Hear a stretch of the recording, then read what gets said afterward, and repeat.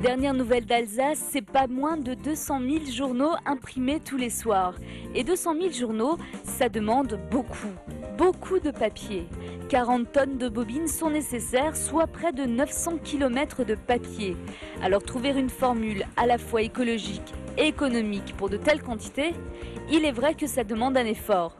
Nous utilisons des papiers qui sont recyclés à 50%, 60%, 70%, voire 100% même. Pour certains d'entre eux, l'écologie, bien sûr, c'est une chose, mais il faut que l'économie suive aussi. Il ne faut pas non plus vouloir absolument faire quelque chose, mais qui ne serait pas rentable. Ce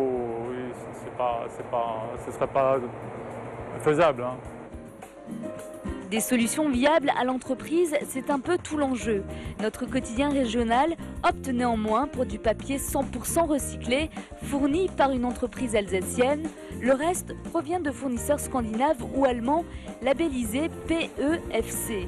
Autrement dit, des forêts où l'on veille à la capacité de régénération. Cette démarche n'est pas récente. Aux dernières nouvelles d'Alsace, on a toujours évité le gaspillage.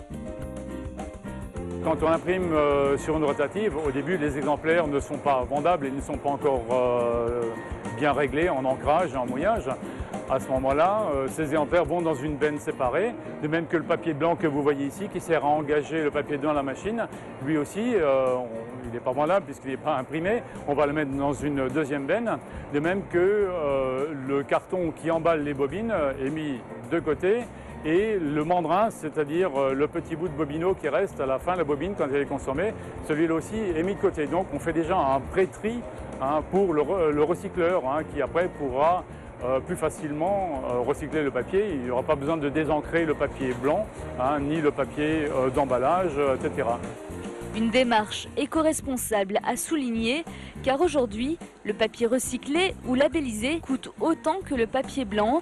Alors, libre à chacun de faire ou non le bon choix.